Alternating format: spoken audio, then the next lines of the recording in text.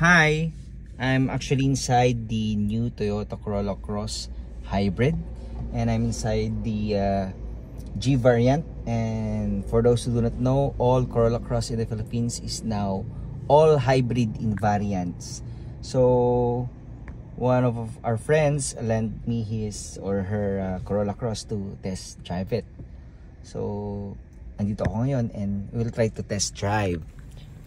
But before we delve ourselves with the interior and driving dynamics of the Toyota Corolla Cross, allow me to make a little introduction of this car. First introduced in the Philippines in the year 2020 as Toyota Motor Philippines entry in the compact crossover SUV segment, where they are trying to introduce to the Filipino market the idea of having a small SUV which is a hybrid. Hence, when it was first launched, the top-of-the-line model with all the bells and whistles was a hybrid, while the base model was in gas-fed only powertrain. Recently, this model was facelifted for the 2025 year model. This particular model here is the base Corolla Cross G.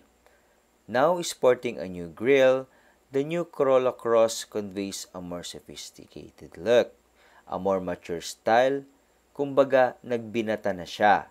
Far from the catfish-like fascia na whether you will love it or you will hate it, ngayon mukha na siyang Lexus with its honeycomb styling grille.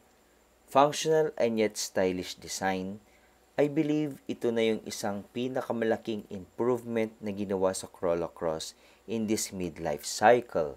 So I'm now inside the cabin of the Toyota Corolla Cross, and let's try to turn on the engine. Okay. So pag on ko pa lang, napaka-silent. So parang hindi siya naka-on. So coming from the internal combustion engine, nanibago ako, especially I'm driving a diesel SUV right now. Kaya alam niyo naman yung diesel maingay. Nanibago ako, and ito napakatahimik talaga, and the insulation of this car is top notch. You can barely hear, especially yung ambient noise outside, except for those maingay sa labas. But upon starting it, parang felt like yung battery lang or yung motor lang ang nagpapagana ng sasakyan. That's the reason why I would like to look for yung battery flow niya. So let us check. Ayun, vehicle info dito sa kanyang info system, and let's check first yung trip consumption. So ito siya ngayon, but for now itong nakalagay dito sa meter gauge, this vehicle is consuming 4.3 liter per 100 km. Yan siya, ganun siya katipid. So now I'm having this opportunity to test drive it. Let's try to look for the ito. So now on this status, naka-on ako with my aircon on, consuming yung battery niya. Yan. So ayun, so once nilagay mo na sa drive, mag-disengage na yung parking brake. And one of the updates of the new Toyota Corolla Cross is nawala na yung foot brake niya, naging push button na yung park brake niya, yung parking brake. So let's try to drive this car and try to observe the behavior of hybrid vehicle. Kasi me, being a car enthusiast, hindi ko pa din ganoon kakabisado ang hybrid vehicle. Ayan. So thankful ako I have this opportunity to at least observe it or pakiramdaman ko siya. So this is ngayon, itong driving dynamics ko ng ganito, this is the info of the energy. So yung wheel, so I think the engine is turning on to feed the motor, and the motor is charging the battery. Ayan siya. So pag magbi-brake ako, for example, magbi-brake ako ganun, ayun, nag-activate yung KERS sa F1 term, KERS, kinetic energy return. So pag nag-brake ako, yan, I'm braking, yung motor vehicle, yung power ng, yung pag-spin ng motor niya, yung electric motor niya, na-charge niya yung battery yan, nag-green. Yan siya.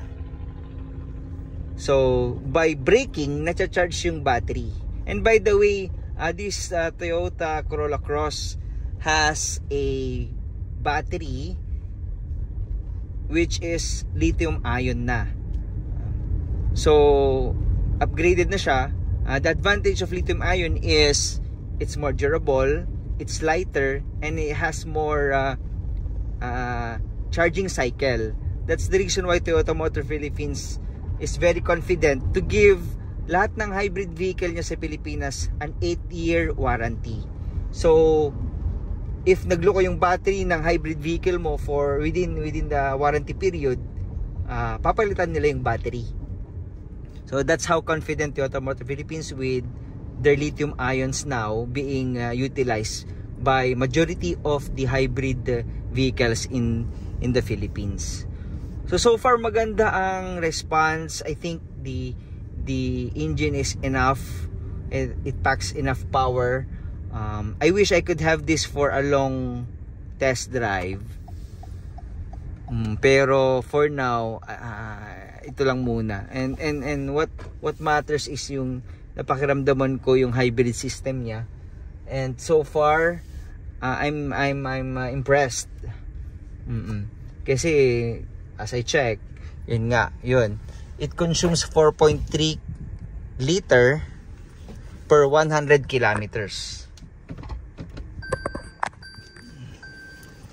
So ito yung behavior niya. Ayan, yan yung reverse camera. So this is a G variant, so wala siyang 360 degree na camera, pero may reverse camera siya. Yan siya.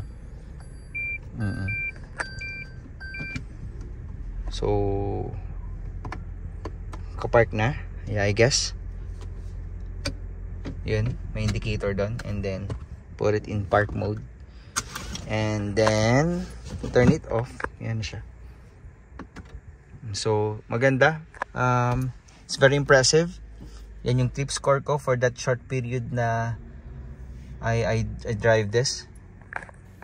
The Toyota Motor Philippines decision to go all hybrid for the Corolla Cross is a bold step, especially to its commitment of what they call Beyond Zero. Hence, the new global hybrid logo, a campaign that encourages everyone to go hybrid as we reduce our carbon footprint.